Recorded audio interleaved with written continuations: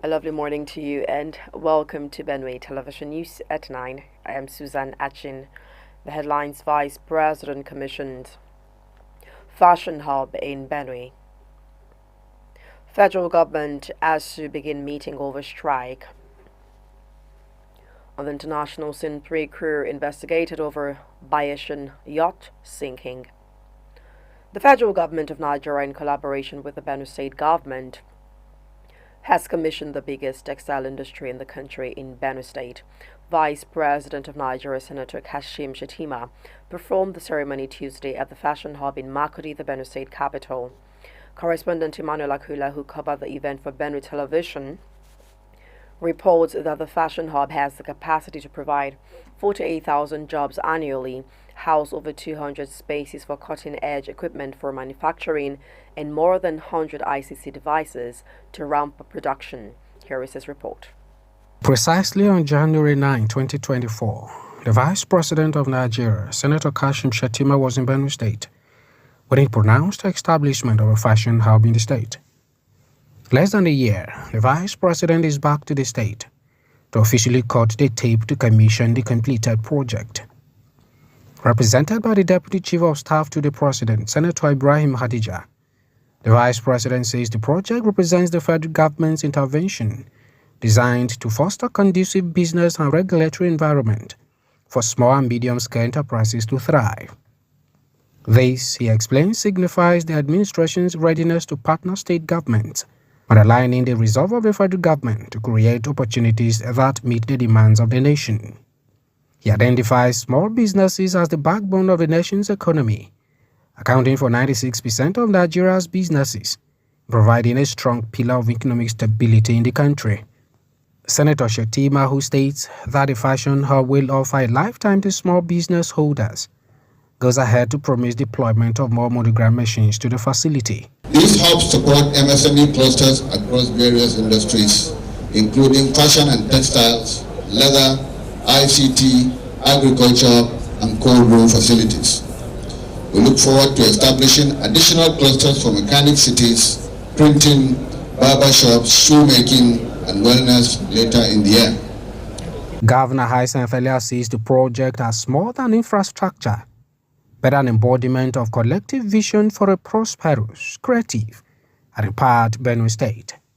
He says the Benue Fashion Hub, which is the federal government's initiative, is a cornerstone of his administration's agenda to promote creativity, foster innovation, and provide opportunities for his people. He says the project is designed to harness abundant talent among the youths that can be transformed into thriving enterprises aimed at building the economy. We're not only expanding the labor market, but also supporting the skills required. Benue is blessed with abundant resources that remain largely untapped and underutilized over the years. I make bold to say that the future of our dear state is not just hinged on agriculture or about producing and processing commodities. It prominently features diversification that can be anchored on industrialization, leveraging on the abundant talents that are available in the state. The governor, who acknowledges the support from the federal government, describes the project as a catalyst for development not only in Benue State, but the entire North Central region. He uses the opportunity to appeal for further assistance in other areas of need in Benue State. This facility, the hub, claimed to be the biggest in the country. It has the capacity to accommodate more machines and equipment in order to engage more youth. Hence, we are requesting for the supply of additional machines, especially the monogram and other specialized machines for garment making. Analysts are of the opinion that a multiplier effect of the ultra-modern hub will impact the local and state economy, transforming the entire value chain, fashion, and ecosystem in the state and beyond. The Benue Fashion Hub expected to create hundreds of direct and indirect jobs features state-of-the-art facilities, including modern design studios, fashion incubation spaces, and retail outlets. Emmanuel Akula, Benue Television News, Makudi. The stakeholders in Benue State have advocated for a development plan to combat climate-related disasters in the state. This was part of suggestions put forward during a two-day workshop organized by Women Environmental Program in collaboration with Ministry of Water Resources, Environment and Climate Change in Makudi. Correspondent Dorcas Chia took part in the workshop, and here is the report. The workshop, which was organized by the Women Environmental Program in collaboration with the Ministry of Water Resources, Environment and Climate Change, was aimed at developing a state-specific policy that would guide all actions for Benue State around climate change. The decision was born out of recent effects of climate change in the state. The Executive Director, Women Environmental Program Nigeria, Anne-Marie Abagu, urged that the state focuses on adaptive strategies tailored at managing the state's unique circumstances, which include promoting sustainable agricultural practices, enhancing water management strategies, and investing in renewable resources. We're looking at, we're giving the consultants at least 3 months, but we're hoping that before the COP29, that's the Conference of Parties, which is in November. So we're hoping that we can have like a, what they call it, a stakeholder engagement that they can now approve the policy, at least a draft. And because, you know, if we're going for the climate Conference of Parties, it will be very important that Benue State to have something to go and present that, yes, this is what we too are doing in our states. The Commissioner for Water Resources, Environment and Climate Change, Mr. Odo Ugu, alongside the Director General, Climate Change Council, Benue State, Dr. Dan Mailumo, who were present at the event, stressed the need for stakeholders and citizens to act swiftly so as to protect natural resources and create an enabling environment for the future of the next generation. Considering the disastrous impact of climate change on citizenry, has taken the following bold steps. 1. Addition of climate change to the nomenclature of the former Ministry of Environment, Water Resources and Environment, and they're creating a Department of Climate Change to coordinate all activities of climate change in Benue State. 2. Appointment of a Director General for Benue State Climate Change Council. 3. Generally, attention and commitment to matter concerning climate change, among others.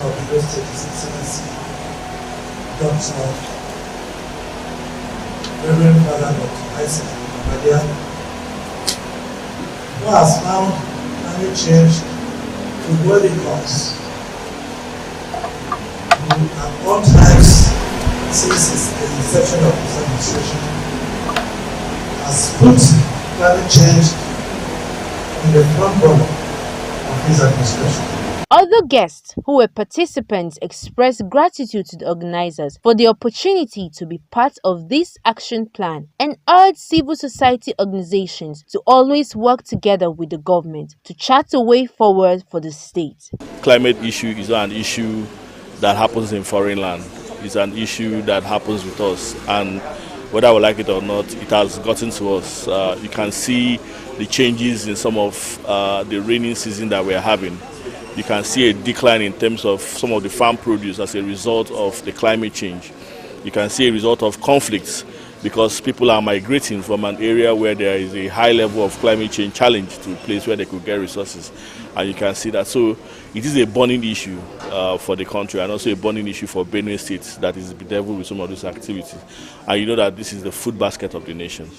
So whatever happens here resonates in other places. So it is ideal that stakeholders are coming together to deliberate on this and to chart a way for the state in terms of when it comes to issues around climate change. The governor is setting up structures in place that want to drive the best results. When CSOs come to the table, they must come with that sense of sincerity. And that's why we're most grateful to this organization, WEB, who is driving this and opening their arms up for inclusivity. Meanwhile, the global founder and president of the Women Environmental Program, Dr. Priscilla Achakpa, has commended the efforts the state government was making to tackle the climate-related disasters, including the creation of the Department of Climate Change Council in the state. Now that we have rainy season, and you know that the crises are deepening every day in Benue State, but the crises are not just about herders versus farmers crisis. It is as a result of climate change, which is being induced by conflict. And so the first thing that we're trying to do, the Benue State government had not a policy before on climate change. And so part of what we're trying to do is to help the government develop that policy. And then with the Benue State Council on Climate Change now, which the governor has established, you cannot just start a council without having a plan on how to mitigate these issues. And that is why we're here, to help with the development of an action plan, at least for the next 2 years or 3 years, which the DG can now use as a guide as to what to do. The workshop, which took place Monday and Tuesday, consisted of presentations by civil society organizations and the inauguration of a technical working group that will come up with a policy plan for addressing climate change-related issues. Dorcas Chia, Benue Television News, Makudi.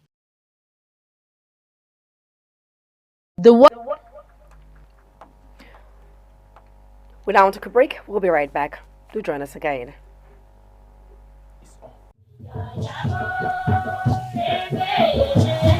Here is a special invitation. The Central Planning Committee and the good people of Benue State specially invite you to the 34th priestly ordination anniversary of His Excellency, Very Reverend Father Dr. Hyacinth Umemalia. Distinguished guest of honor, His Excellency Senator Dr. George Akume, Secretary to the Government of the Federation. Father of the Day, Chief Senator Barnabas Gamade. Mother of the Day, Honorable Mrs. Dorothy Mato. Royal Fathers of the Day are His Royal Majesty Ochiviri Professor James Ayate, Totiv, and His Royal Majesty John Eligo Dobo, the Ochidoma. Date 31st August 2024. Time 10 a.m. for Mass. Venue IBB Square, Makudi, Benue State, Nigeria. Announcers Reverend Father Tagesa Akpae, Chairman CPC, and Reverend Father Michael Melado, Chairman Media and Publicity.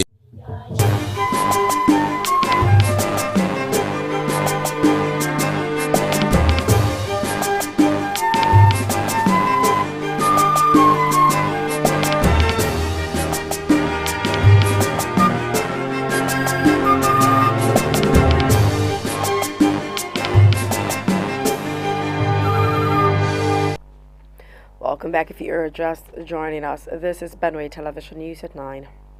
Moving on, all factions in the Nigeria Union of Journalists NUJ Benue State chapter have finally agreed to resolve their differences to pave way for developing under the new administration. A Benue State government-mediated peace move Wednesday led the factions to arrive at a resolution during Congress at the NUJ House Makudi. Manasseh Anonguchia has the rest of the story. Crisis began in the Nigerian Union of Journalists NUJ Benue State chapter about 3 years ago when a new ESCO was to be elected under uncertain conditions. Disagreements generated into factions and legal battles that lingered without a unanimous solution. Under the new administration of Governor Hyacinth Alia, another peace move was initiated with a series of talks that have culminated into the General Meeting of Union members Wednesday, 28 August 2024. Technical advisor to the governor on media publicity and strategic communication, Mr. Solomon Yope, who represents the governor, conveys the message from his principal, who is interested in seeing that peace reigns in all sectors of the state, including the NUJ. Yope leads all parties to accept to step aside and give peace a chance. And so when I was appointed by the benevolence of His Excellency, the Executive Governor of Benue State, and I resumed work about 4 months ago. I realized that the NUJ was in disarray, and that's not correct. Especially as representing my principal, who was doing so much for Benue State. We needed the unity of the NUJ to be able to effectively carry out our responsibility of informing the people of what's happening. That's number one. And then number two, as a union, it plays a very important role in the practice of journalism in the state. Without the NUJ working, anybody can claim to be a journalist, and I'm the one having the problem at the end of the day. Because anybody can come to me that he's a journalist. I don't know who is certifying them, who is not. When the NUJ is in place, all of those quacks are gotten rid of. And when we give information to the right people, and it goes out to the right sources, to the right places that you should go to. And this is actually an initiative of His Excellency the Governor, because he is concerned about the union as it is, and is worried that it's not being together for a very long time. He's worried about it, and he's feeling that we should move forward. In as much as he's the governor and he's not directly affected by this, he's concerned that everything in Benue should be working, including the NUJ. The Congress thereafter nominates a 7-man committee headed by Vincent Nyinongo to steer the affairs of the union and conduct an election within 3 months. The committee members are Vincent Nyinongo from State Information Chairman, Teheme Ate from Radio Benue Chapel as Secretary, Grace Ichapa from NTA Chapel, Treasurer, with members including Emmanuel Antoine Correspondent Chapel, Ene Ohaba, Harvest FM Chapel, Victor Baja of Voice Newspaper Chapel, and Manasseh Anongachia of Benue Television Chapel. After inauguration was carried out by Vice President Zonde Chris Ataka, the committee chairman Vincent Nyinongo promises to work within the stipulated period and hand over to a proper elected ESCO. All we need to do is to appreciate those who are involved in mediating the peace process and who have arrived at this position that we are today, and have actually given us or returned back our love that we have for one another back to us again. I want to say that the situation between me, who leads this union in the next 3 months, and you, the members of this council, should be best described as the loans and the epiglottis. It is epiglottis that block the saliva from entering the loans, which keeps the loans from breathing and continue making life to continue. And so you are like epiglottis to me, who is the loans now. If you keep protecting saliva from entering me, I can do all my best within the shortest time to usher in a new ESCO where we can make progress and continue to go on. The Vice President Zone D, Chris Ataka, and ex-official Nancy Oshie encouraged members to have a common interest for the good of the union. We have made progress. In my position as the Vice President of NUJ Zone D, North Central, I will give you a further tax. For the TA, it's a follow-up to what my ex-zonal official just said. That you will be with this council and these members from now till the end. So, having said this, I will finally say that I will convey this message to the appropriate body. With this done, with what I have suggested to you done, it is sealed. For that, I have given you that commitment. Let us come together. Let's have a brand new NUJ so that the government will also respect us. So today, whatever it is, I'm begging, I'm talking to you as a woman and as a mother, that whatever it is, let us bury the hatchet. Former National Executive Member of NUJ, Dorothy Abelega, sues for progress and peace for a better and formidable NUJ in Benue. Since this crisis started, we feel very embarrassed when we appear at the national. And they're saying we are coming from Benue, and Benue's crisis has been lingering for a long time, and we are like elders and we have not been able to settle it. I am very, very, very happy. And I particularly appreciate the governor of Benue State, Reverend Father Hyacinth Yomemalia, for stepping in at this crucial moment. For him stepping in now It's really a divine intervention. Members of the committee and the Congress accept to hold on to the tenets of the Union for a more progressive front. Manasseh Anongachia, Benue Television News, Makudi. Crisis began. Well, the federal government has emphasized President Bola Tinubu's proactive stance in addressing food security in Nigeria and his administration's deep commitment to combating climate change. The Special Assistant to the President on Climate Change Matters, Yusuf Kailani, stated this while fielding questions from journalists at a high-level dialogue on the Flood Impact Report in Abuja on Wednesday. He said the president has raised concerns about the impacts of climate change and is actively leading efforts to address them. He added that professionals and experts are being engaged to ensure the continuity and success of the initiatives, stressing the importance of partnerships with relevant stakeholders to achieve the nation's climate goals. Well, earlier in his address, the Executive Secretary, HIDA Resource Center Suleiman Arigbabu, stated that climate change is a reality, emphasizing that the most affected people in Nigeria are usually community members, rural dwellers, and vulnerable farmers. Arigbabu explained that when farmers are impacted by climate change, the nation's food and national security are threatened. The expert also stressed the importance of early warning signs, such as those provided by the Nigeria Meteorological Agency and the National Emergency Management Agency. Meanwhile, the Speaker of the House of Representatives, Tajuddin Abbas, says climate change contributes to worsening the farmer-header clashes in the country. He said this at a stakeholders forum on addressing the impact of climate change on farmer-header clashes in Nigeria, organized by the Office of the Deputy Chairman, House Committee on Environment, on Wednesday, August 28. They then premiered the documentary Behind the Valley, which is a story of climate change and farmer-header conflicts in Benue State. The speaker said as part of efforts to address the challenge, there is a need to get rid of outdated herding and farming methods and adopt global trends in farming amidst climate change. He also said the Land Use Act puts limitations on how much the federal government and the National Assembly can go to make the changes required to address the situation.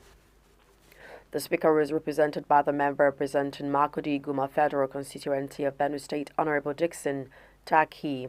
He said the timing could not have been at a better period in efforts at halting the farmer-header clashes. He regretted that a plethora of efforts by the federal and state governments aimed at addressing the problem had achieved little success. Abbas said recently the administration of President Bola Ahmed Tinubu created the Livestock Ministry to have a federally coordinated approach towards animal husbandry. Meanwhile, the federal government and the Academic Staff Union of Universities ASU ended their closed-door meeting on Wednesday with an agreement that all contentious issues would be amicably resolved to avert a strike. The closed-door meeting, which started at about 4:30 p.m. at the Ministry of Education headquarters in Abuja and lasted for over 2 hours, had in attendance the two ministers overseeing education, Professor Tahi Maman and Dr. Yusuf Sununu, and all the top officials in the ministry on the federal government's team. The ASU president, Professor Emmanuel Ashodike, who led the union's team, told reporters after the meeting that the negotiation process had begun while hoping that the federal government would follow up on what had been agreed on. On his part, Maman said that consultations would commence immediately to overcome the problems bedeviling education. Recall that ASU had threatened to embark on a nationwide strike over the federal government's failure to meet its demands. The union had charged the government to act within 2 weeks to address all outstanding demands by the union. Some of the issues of the contention are removal from IPPIS, renegotiation of the 2009 FGN and ASU agreement, all the backlogs of earned academic allowance, EAA, and all the outstanding salaries, amongst others. Let's now join Paul Kingan for Sports Update.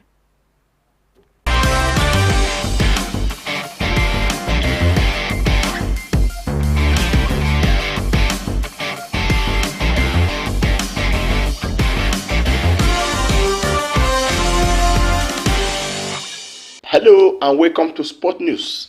My name is Paul Kungun. For the upcoming 2025 African Cup of Nations qualifiers, the Super Eagles welcome back key players including Captain William Ekong, wingback Olaoluwa Aina, and forwards Victor Osimhen and Taiwo Awoniyi. These stars return to bolster the squad against Benin Republic and Rwanda. Ekong, last year's AFCON standout, was absent from the June World Cup qualifiers due to injury. Aina, Awoniyi, and Osimhen, who was also recovering, are back in action. The squad features 3 goalkeepers including AFCON 2023 hero Stanley Wambale, 7 defenders, 6 midfielders, and 7 forwards, notably Banda Insurance and Maso Boshogi, and South African-based Olisa Nda also make their return. The Super Eagles face the Cheetahs of Benin Republic on September 7th at the Goswe Akpabio Stadium, Uyo, before traveling to Kigali for a clash with Amavubi on September 10th. Players are expected in Uyo by September 2nd. On Tuesday, August 27, 2024,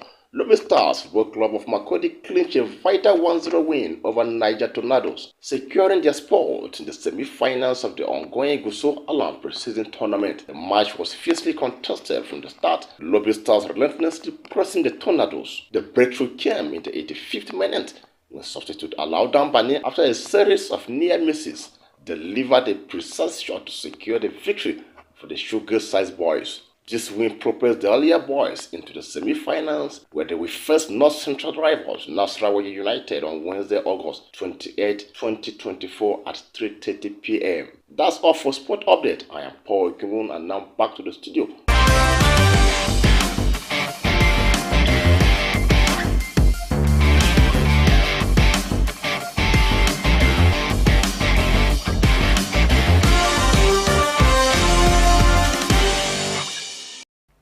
Thanks, Paul, and we will now join Lois YouTube for business news.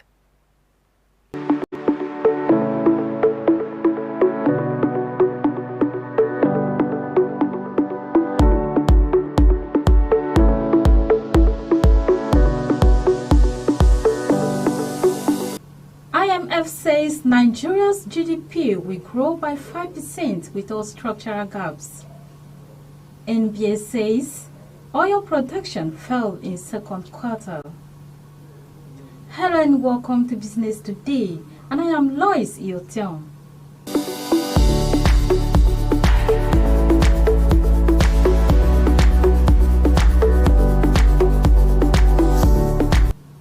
The International Monetary Fund, IMF, has said Nigeria's economy stands to grow at 5% beyond the current 3.19% if there is a 25% removal of bottlenecks around governance and business regulations.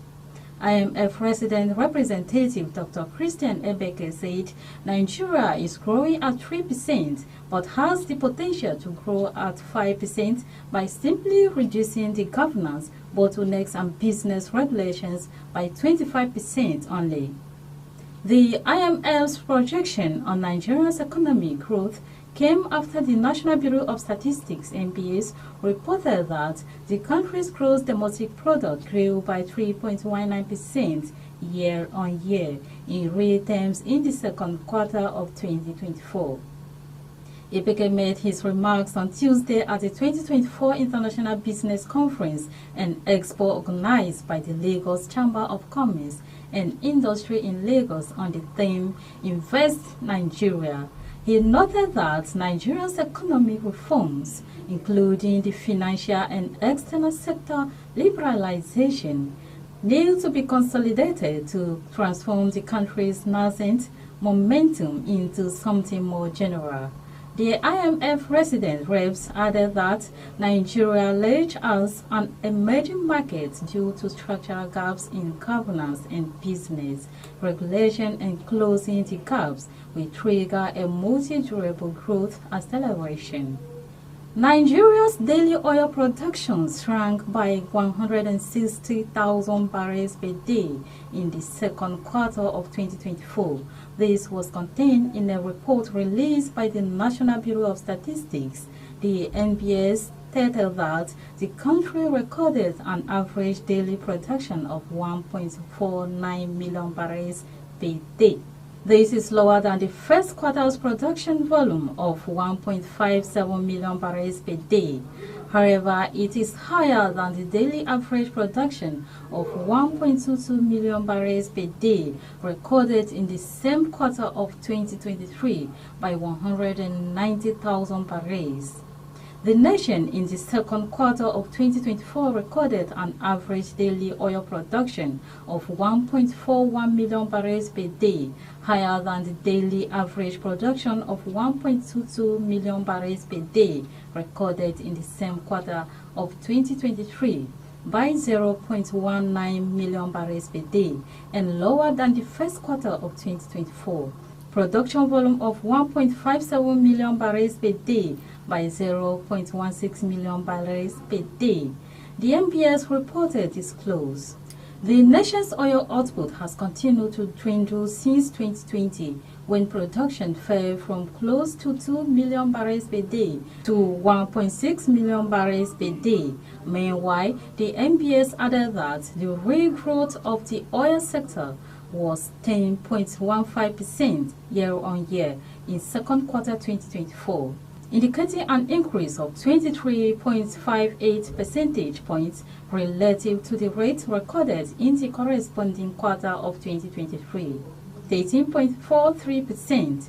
It was said that growth increased by 4.45 percentage points when compared to first quarter 2024, which was 5.70%. On a quarter-on-quarter basis, the oil sector recorded a growth rate of 10.51% in second quarter 2024. The oil sector contributed 5.70% to the total real gross domestic product in second quarter 2024, up from the figure recorded in the corresponding period of 2023 and down from the preceding quarter. That's it on Business Today. Many thanks for watching, and I am Lois Yotion. Stay tuned for the rest of the bulletin.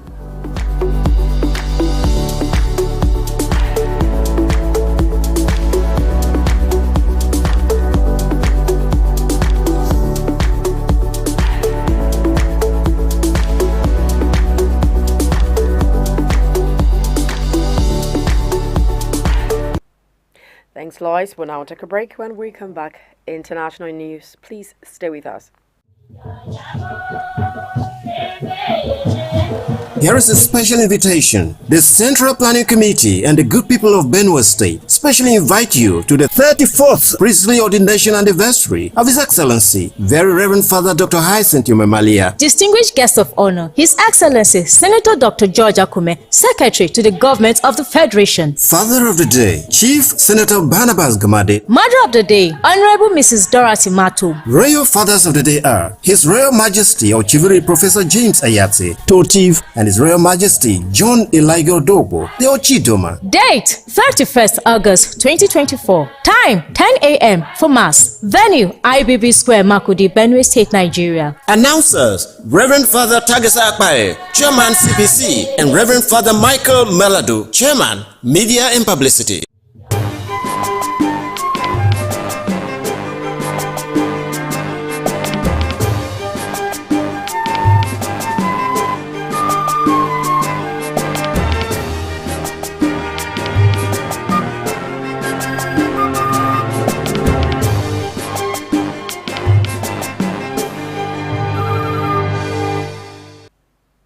Welcome back. We're still live on Benue Television News at 9, and we're moving on to the international scene where miserable winter weather, snow and table mounting and gale force winds have not dampened Cape Town residents' enthusiasm for free medical care being offered on the Chinese ship currently docked in the South African city's harbour.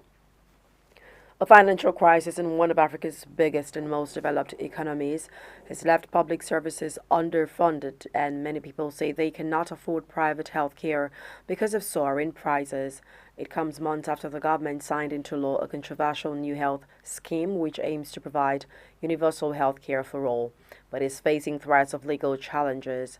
Since China's so-called peace arc arrived last week, more than 2,000 South Africans have been treated on board, ranging from maternity checkups and cataract surgeries to coping therapy. China enjoys a strong political partnership with South Africa, and this is Beijing's latest show of soft power. Officials say the ship has a capacity of 700 patients each day, and the service forms part of a joint exercise between the South African and Chinese armies. The ship has 100 people on board with 300 beds, 20 intensive care beds, operating theaters, clinical departments, and even a rescue helicopter.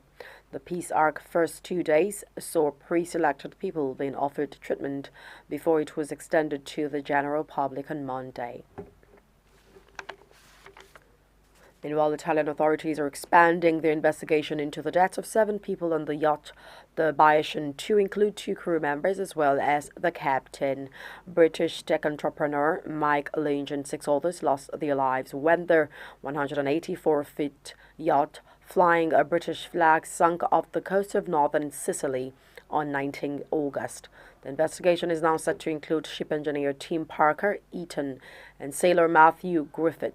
Their boat went down within minutes during a pre-dawn storm while the yacht was anchored off the northern coast of Sicily. On Monday, the yacht's 51-year-old Captain New Zealand national James Cotfield was reportedly placed under investigation for manslaughter and causing the shipwreck. During questioning on Tuesday, he declined to answer the prosecutor's inquiries. Tim Parker-Eaton is understood to have been in charge of adequately securing the yacht's engine room and operational systems, while Matthew Griffith was on watch during the night of the disaster. The sinking has left naval experts baffled, as they believe a yacht of Bayesian caliber, constructed by the prestigious Italian yacht builder Perini, should have been able to withstand the storm and certainly should not have sunk as rapidly as it did. Currently, the Bayesian rests on its right side at a depth of approximately 164 feet.